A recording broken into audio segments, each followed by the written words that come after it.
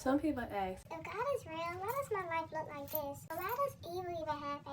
and usually when people ask that, they don't actually know God, they just know about him. So let me give a little insight. God doesn't reveal himself the same way to everyone, not because he's unfair, but because people approach him differently.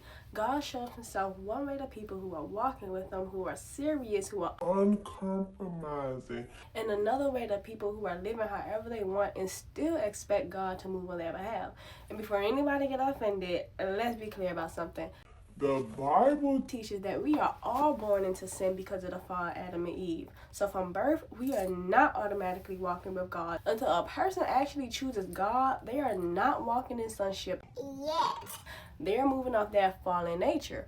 Sonship is a choice. Alignment is a choice. That's why the ways of the world are opposite of God's ways. What God calls sin, the world calls fun. What God calls destructive, the world celebrates. So when people ask, why does God feel distant? A lot of times it's not because God left. It's because there's distance created by how someone is living. God doesn't move based on emotions, off of feelings, experiences. He responds to posture. The Bible says it like this in 2 Samuel. To the faithful, you show yourself faithful. To those with integrity, you show integrity. To the pure, you show yourself pure. But to the crooked, you show yourself shrewd. That means God doesn't change, we do. When someone is walking upright, God meets them with closeness. When someone is walking crooked, God meets them with resistance. And people don't like that part. Because when you are living in sin, God doesn't feel gentle. He feels like an adversary.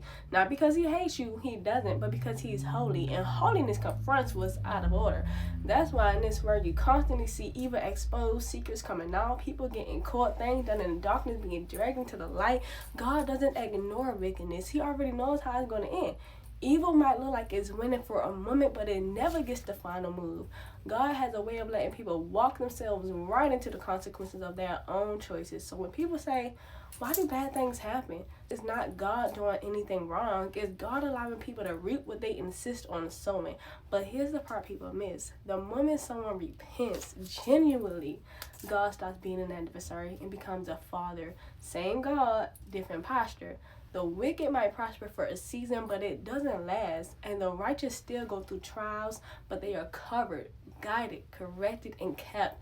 God isn't crooked, he's not unfair, and he's not confused. He applies perfect holiness and wisdom to every situation, especially when people refuse to walk in integrity. So the real question isn't, why is God like this? The real question is, when will I truly give my life to him? Didn't know why I needed a savior. I didn't have a clue, but you knew. We think we know what love